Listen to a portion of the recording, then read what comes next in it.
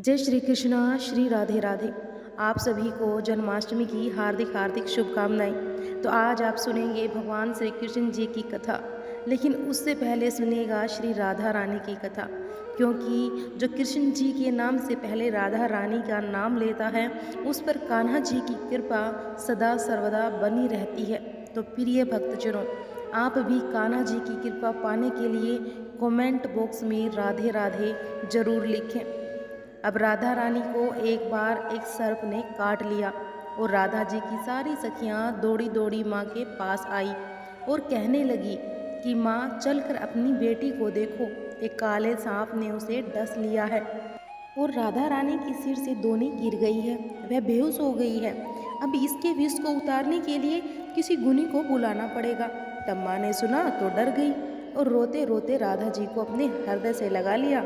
एक सखी कहने लगी कि माँ, यदि राधा जी को ठीक करना है तो कृष्ण जी को बुला लाओ। अगर कृष्ण जी आ गए तो राधा जी तुरंत ही जीवित हो जाएगी, क्योंकि श्री कृष्ण जी गरुणी हैं, तीनों लोकों में उनसे श्रेष्ठ कोई नहीं है।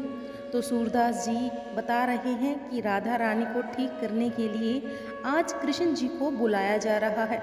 अब राधा रानी की सखियाँ कृष्ण जी की मैया यशोदा के पास आई और कहने लगी कि मैया, तुम्हारा कृष्ण सांप के विष को उतारने वाली करनी है, आप अपने पुत्र को हमारे साथ भेज दो।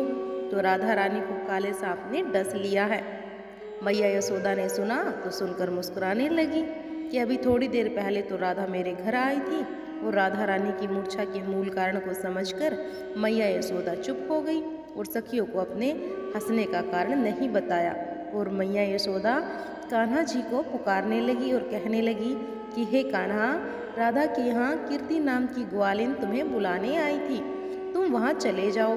सुना है राधा को काले सांप ने डस लिया है और तुम कब से गारनी बन गए हो। अब लल्ला जल्दी जाओ और उसका विष झाड़ दो।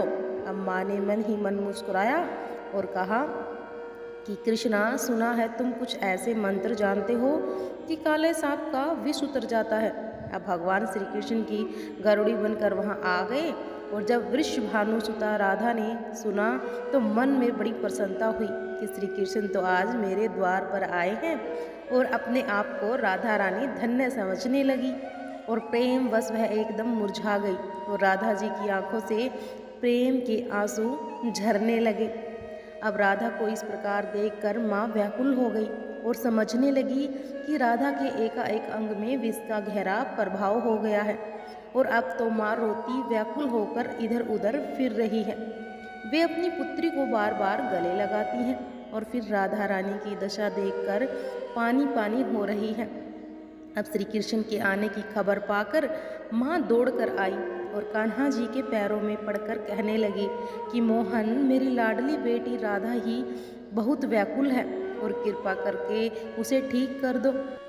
माँ चाहे जो समझे, लेकिन प्रेम पूर्ण हृदय के प्रेम भाव को तो श्री राधे रानी और श्री कृष्ण दोनों ही पूरी तरह समझ रहे हैं। तब श्री कृष्ण ने कुछ झाड़ फूंक शुरू कर दिए और राधा जी को स्पर्श किया।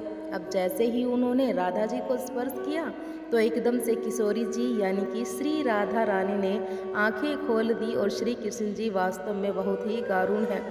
शरीर का विष तो उन्होंने झाड़ दिया, लेकिन मन और सिर पर प्रेम का जादू कर दिया। अब राधा रानी ने होश में आकर अपने नेत्र खोले और आगे श्री कृष्ण को देखा तो बस एक टक निहारती रही। फिर लाज से एकदम खड़ी होकर अपने वस्त्रों को संभालने लगी। तो फिर राधा रानी ने अपनी माँ से पूछा कि माँ, आज क्या है जो सब लोग यहाँ इकट्ठा हैं। तो माँ बोली, राधे, तुम्हें सांप ने डस लिया था और तुम्हें तो अपने तन मन की कोई शुद्ध नहीं रह गई थी।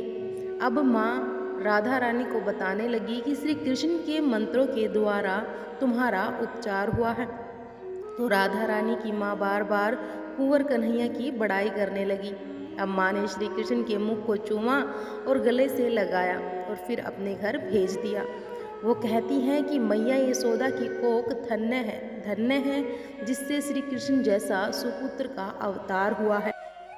उन्होंने तो तुरंत ही ऐसा उपाय कर दिया कि मेरी बेटी को जिंदा कर दिया। अब माता मन ही मन सोचने लगी कि राधा कृष्ण की यह जोड़ी तो मानो भगवान ने सोच समझ कर बनाई है। ब्रज के घर घर में अब यह चर्चा चल पड़ी कि कृष्ण जी बहुत बड़े कारणी हैं और भगवान ने इस तरह से और भी बहुत सारी सुंदर प्रेम लीलाएं ब्रज में की। भाद्रपद मास कृष्ण पक्ष अष्टमी तिथि को श्री कृष्ण जन्माष्टमी कहते हैं, क्योंकि यह दिन भगवान श्री कृष्ण का जन्म दिवस माना जाता है। इस तिथि की घनघोर अंधेरी रात में रोहिणी नक्षत्र में मथुरा के कारागार में वसुदेव की पत्नी देवकी जी के गर्भ से भगवान श्री कृष्ण ने जन्म लिया था। पौराणिक कथाओं के अनुसार भगवान विष्णु ने इस संसार को पापियों के अत्याचार से बचाने के लिए द्वापर युग में श्री कृष्ण के रूप में अवतार धारण किया था। भगवान श्री कृष्ण ने माता देवकी की कोख से अपने अत्याचारी मामा कंस के प्रकोप और अत्याचारों से दुनिया को बचाने के लिए मथुरा में जन्म लिया था, किंतु उनका पालन पोषण माता यशोदा ने गोकुल में किया था। तो आइए अब आपको भगवान श्री कृष्ण के जन्म की पौराणिक कथा सुनाते हैं। द्वापर युग में भोजवंशी राजा उग्रसेन मथुरा में राज्य किया करते थे। उनका एक पुत्र था जिनका नाम था कंस, और अत्याचारी पुत्र कंस ने सिंहासन और राजपाट के मोह में आकर अपने ही पिता को गद्दी से उतार दिया और स्वयं वहाँ का राजा बन बैठा। अब कंस बहुत अत्याचारी था। अपनी ताकत दिखाने के लिए अपनी प्रजा को प्रताड़ित करना तो मानो उसका शौक ही बन गया था। वह अपनी प्रजा को मारता, उनसे अत्यधिक कर वसूल करता और कंस के राजकाल में प्रजा बेहद दुखी थी। लेकिन बेचारी दुखी प्रजा जाती भी तो किसके पास, क्योंकि राजा के आगे भला किसकी चल सकती है। पर कहते हैं ना कि एक न एक दिन सभी के पापों का घड़ा भरता है, और कंस का भी ऐसा ही हुआ। और कंस की बहन देवकी का विवाह वसुदेव नाम के यदुवंशी सरदार के साथ हुआ था। अब कंस अपनी बहन से बहुत अधिक प्रेम करता था। अब देवकी कंस की लाडली हुआ करती थी, और देवकी जी का विवाह होने के बाद जब कंस ने उन्हें उनकी ससुराल पहुंचाने जा रहे थे, तभी अचानक रास्ते में आकाशवाणी हुई। आसमान से आवाज़ आई कि हे कंस, अपनी जिस बहन देवकी को आज तू बड़े प्रेम से ले जा रहा है, उसी में तेरा काल बसता है। तेरी इसी बहन के गर्भ से उत्पन्न 8वां बालक तेरा वध करेगा। हालांकि कंस अपनी बहन से बहुत अधिक प्रेम तो करता था, लेकिन उसे अपने प्राणों और राजगद्दी का मोह भी था। अब जब कंस ने आकाशवाणी सुनी तो मृत्यु का भय उसे सताने लगा। प्रिय भक्तजनों, जन्माष्टमी की कथा से हमें यह भी सीख मिलती है कि राज्य सत्ता के मोह माया में सगे संबंधी भी अपने नहीं रह जाते। तो चलिए अब जन्माष्टमी की कथा को आगे सुनते हैं। अब कंस ने तब सोचा कि अगर मैं देवकी को ही मार दूं तो देवकी की संतान जन्म ही नहीं ले पाएगी, और फिर उसका काल कभी जन्म नहीं लेगा और ना ही उसकी मृत्यु होगी। यह सोचकर वह तेज से देवकी की ओर बढ़ा, और तभी वसुदेव ने कंस को रोक दिया और कंस से कहा कि देवकी के गर्भ से जो भी संतान होगी मैं उसे स्वयं तुम्हें लाकर सौंप दूंगा, तुम देवकी को मत मारो। तो कंस को यह बात ठीक लगी। उसने सोचा कि उसके प्राणों को खतरा देवकी के 8वें पुत्र से है, न कि देवकी से, इसीलिए उसे मारने का कोई लाभ नहीं होगा। फिर वह पैदा होते ही देवकी के सभी पुत्रों को मार देगा, फिर तो काल भी उसका कुछ नहीं बिगाड़ पाएगा। यह सोचकर कंस ने वसुदेव की बात मान ली और मथुरा वापस चला आया, लेकिन उसकी देवकी और वसुदेव को कारागृह में डलवा दिया। और वसुदेव देवकी की एकाएक करके 7 संतानें हुई, और 7 को जन्म लेते ही कंस ने मार डाला। अब 8वां बालक होने वाला था कि मृत्यु का डर कंस के मन में गहराने लगा। वो नहीं चाहता था कि देवकी और वसुदेव का यह पुत्र किसी भी हाल में जीवित बचे, इसीलिए उसने पहले ही कारागार में देवकी और वसुदेव पर कड़े पहरे बिठा दिए। और उसी समय दूर नंद गांव में नंद जी की पत्नी यशोदा जी को भी बच्चा होने वाला था। अब जिस समय वसुदेव और देवकी को पुत्र पैदा हुआ, उसी समय संयोग से यशोदा जी के गर्भ में एक कन्या का जन्म हुआ, जो और कुछ नहीं बल्कि ईश्वर की रची हुई माया थी। अब कंस ने जिस कोठरी में देवकी और वसुदेव को कैद किया हुआ था, उसमें अचानक दिव्य प्रकाश उत्पन्न होता है, और उनके सामने शंख चक्रधारी धारण किए हुए चतुर्भुज भगवान प्रकट हो गए। तब देवकी और वसुदेव भगवान के चरणों में गिर पड़े। तो भगवान ने उनसे कहा कि अब मैं पुनः नवजात शिशु का रूप धारण कर लेता हूँ, और वसुदेव, तुम मुझे इसी समय अपने मित्र नंद जी के घर गोकुल में भेजाओ, और उनके यहाँ जो कन्या जन्मी है उसे लाकर कंस को सौंप दो।